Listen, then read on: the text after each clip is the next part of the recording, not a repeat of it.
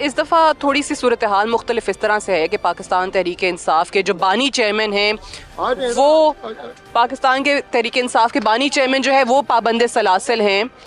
साथ ही साथ उनकी तरफ से लेवल प्लेइंग फील्ड ना मिलने के बहुत ज़्यादा गिले शिकवे हो रहे हैं। उनके बहुत सारे लोगों को जो है वो जिस तरह कहा जाता है कि जी पार्टी वो छोड़ के चले गए। सो ये सिंपैथी वोट जो है वो नहीं जाएगा इस दफ़ा पाकिस्तान तहरीक इंसाफ को। देखिए, ये जो लेवल प्लेइंग फील्ड ना मिलने के जो इल्ज़ामात होते हैं ये हर इलेक्शन पे लगते रहे हैं। पिछले इलेक्शन में ये इल्ज़ामात पाकिस्तान तहरीक इंसाफ पे लगे थे, लेकिन उसके बावजूद वो इलेक्शन जीत गए थे। कोई सिंपैथी वोट हमें नहीं मिला। और अगर आप इस बात का मवाजना करें कि मियां मोहम्मद नवाज शरीफ साहब को पिछले तमाम जो मैं तो 2 डेकेड्स की बात कर रहा हूँ, 2 दहाइयों की बात कर रहा हूँ, उसमें कितनी दफ़ा इलेक्शन लड़ने दिया गया, तो 26 साल में यानी 1997 के बाद 2018 तक, बल्कि आज 2023 हो गया है, तो 26 साल में नवाज शरीफ को एक इलेक्शन लड़ने दिया गया है। जो हमारे ऊपर जो पिछले जनाब 40 साल और 45 साल का भी यार एक मिनट हमारे ऊपर जो पिछले 40 साल के मुल्क की अगर ख़राब सूरत हाल हमारे ऊपर डालने की कोशिश की जाती है, तो मैंने आपको बताया कि 26 साल में नवाज शरीफ ने एक इलेक्शन लड़ा है 2013 का। तो ये इल्ज़ामात लगते रहते हैं। बाकी जो ग्राउंड रियलिटीज़ है उसमें तो पाकिस्तान तहरीक इंसाफ है, मैं समझता हूँ ग्राउंड खो चुकी है। अब लेवल हो या अनलेवल हो, उनके पास ग्राउंड रहा नहीं। लेकिन ऑब्वियसली वो इल्ज़ामात और तनकीद जारी है। लेकिन आपको नहीं लगता, क्योंकि पहले भी हो चुका है वो 4 हलकों की धांधली वाला मामला जिस पे जुडिशल कमीशन बना, आप हुकूमत बना भी लेते हैं तो वो चल सकेगी? देखिए, अगली हुकूमत चलने का जो दारोमदार है वो परफॉर्मेंस पे है। अगर गवर्नमेंट इंशाल्लाह ताला बनती है, हमारी और अल्लाह के फजल से बनेगी, अवाम की तायद से बनेगी इंशाल्लाह, तो पहली तो हमारी ख्वाहिश है कि वो सिंपल हमारी जो है सादा अक्सरियत वाली गवर्नमेंट हो, सिंपल मेजॉरिटी के साथ हम आएँ, क्योंकि कोalition गवर्नमेंट में हमेशा कॉम्प्रोमाइज़ होते हैं। जरदारी साहब को लग रहा है वैसे कोalition ही आएगी, वो कह रहे हैं अकेले हुकूमत बना लेंगे, ये ना सोचे। जरदारी साहब और शेख रशीद साहब पेशगोइयों के माहिर हैं, उन्हें करने दें, हम तो ग्राउंड रियलिटी की बात कर रहे हैं। मैंने कहा कि अगर वो हुआ तो वो बहुत बेहतर होगा मुल्क के लिए, और परफॉर्मेंस के ऊपर डिपेंड करता है। अगर हमारी कारकर्दगी अच्छी हुई, आएंगी ये सारी हमारी लेडीज़ विंग की ख़वातीन हैं जी, माशाल्लाह बड़ी भरपूर तरीके से हमारे प्रोग्रामों में शिरकत करती हैं। तो अगर तो हमने को डिलीवर किया, आवाम की तवक्कुआत पे पूरा उतरे, तो आप यकीन रखें कि ये 5 साल नहीं, ये 20 साल हुकूमत चलेगी। अब 4 दफ़ा दोबारा मुंतखब होंगे, क्योंकि इस वक्त आवाम को अपने मसाइल का हल चाहिए, अपनी ज़िंदगी के अंदर उन्हें कोई आसानी चाहिए। और जो जमात और जो लीडरशिप इस इम्तहान में कामयाब होगी, वो पाकिस्तान को फिर अगले 20 साल इंशाल्लाह ताला हुकूमत भी करेगी। अच्छा, अगर सिंगल मेजॉरिटी नहीं मिलती या 2/3 मेजॉरिटी, जिसकी ऑब्वियसली PMLN ख्वाब भी देख रही है, उम्मीदें भी लगाए हुए है, तो आपका क़यादत को मशवरा क्या होगा? कोalition गवर्नमेंट बनाएं?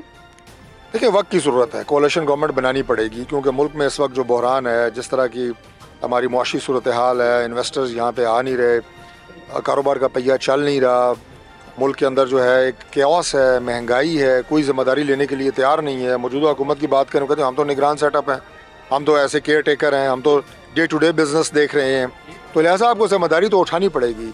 ये एक मुश्किल चैलेंज होगा फिर हमारी लीडरशिप के लिए। मियां मोहम्मद नवाज शरीफ साहब बतौर वज़ीर आज़म इंशाल्लाह आ रहे हैं, तो और उनके पास हमारे पास एक बड़ी मंजी हुई टीम है, अल्लाह ताला के फजल। नवाज शरीफ साहब वाले मामले पे आप बिल्कुल क्लियर हैं, सर्टन है कि वो ही होंगे उम्मीदवार, शहबाज शरीफ साहब नहीं होंगे? शहबाज शरीफ साहब ने तो एक नहीं मुतअद्दिद दफ़ा खुद उनको उम्मीदवार डिक्लेयर किया है। हमारा जो अगला उम्मीदवार है वो मियां मोहम्मद नवाज शरीफ साहब होंगे बतौर वज़ीर आज़म। यार आवाज़ नहीं आ रही है, 1 मिनट। तो काफी जज्बाती कारकुन है नहीं, अब ऐसा मोमेंटम बन रहा है जी, इंशाल्लाह इस्लामाबाद में जो है अपना शुक्र है कहीं बन रहा है, वरना हम जहाँ जितने हलकों में जितने शहरों में गए हैं वहाँ तो ऐसे लग रहा है कि बिल्कुल ही वो वाला माहौल नहीं है इंतखाबात का जो यूजुअली होता है। नहीं, हमारी हम G8 में खड़े हैं, इसके बाद हमारा अभी एक I8 में, उसके बाद वहाँ पे भी इसी तरह एक कॉर्नर मीटिंग है जो अभी बहुत जल्द इंशाल्लाह ताला जलसों में जो है हमारे ये प्रोग्राम तब्दील हो रहे हैं।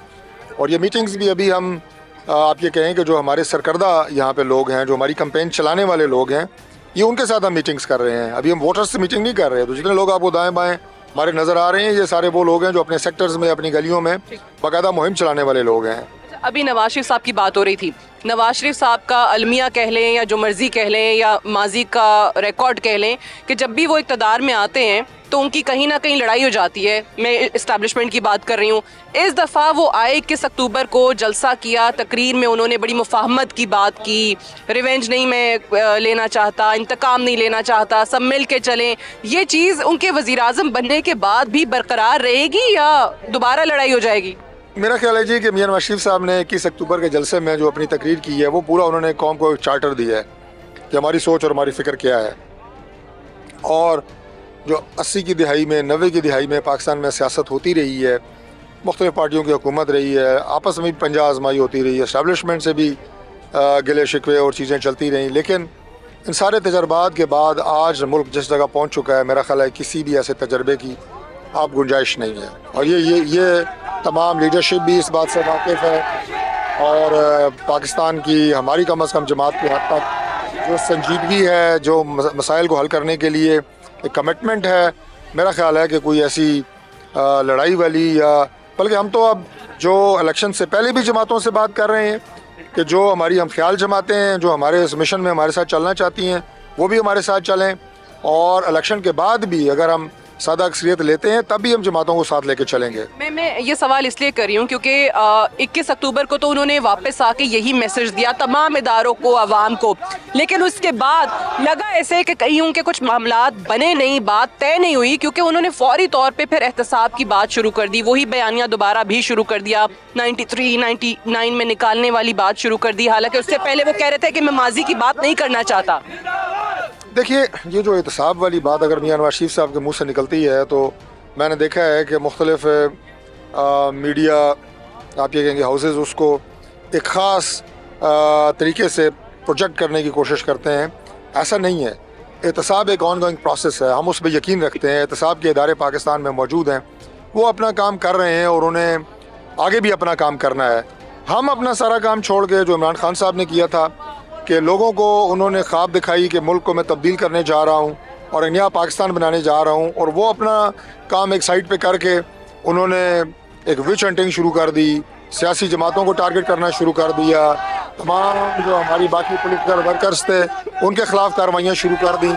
तो ऐसा कोई हिसाब किताब नहीं है। और फिर जो मैंने कहा कि 21 अक्टूबर को मियाँ साहब का जो जलसा था उसमें कोई उन्होंने इंतकाम की बात नहीं की। माजी की चंद जो हमसे गलतियाँ हुई हैं उन्हें उन पर बात करना इस लिहाज से भी ज़रूरी होता है कि आप आइंदा ये गलतियाँ ना दोहराएं। कोई भी जो किसी भी मनसब पे फाइज हो वो ये गलतियाँ ना दोहराए। ये बताइए, इस्लामाबाद में अपना मुकाबला किससे देख रहे हैं? मुस्तफ़ा नवाज खोकर हैं इंडिपेंडेंट, खुर्रम नवाज जो है वो भी इस दफ़ा इंडिपेंडेंट।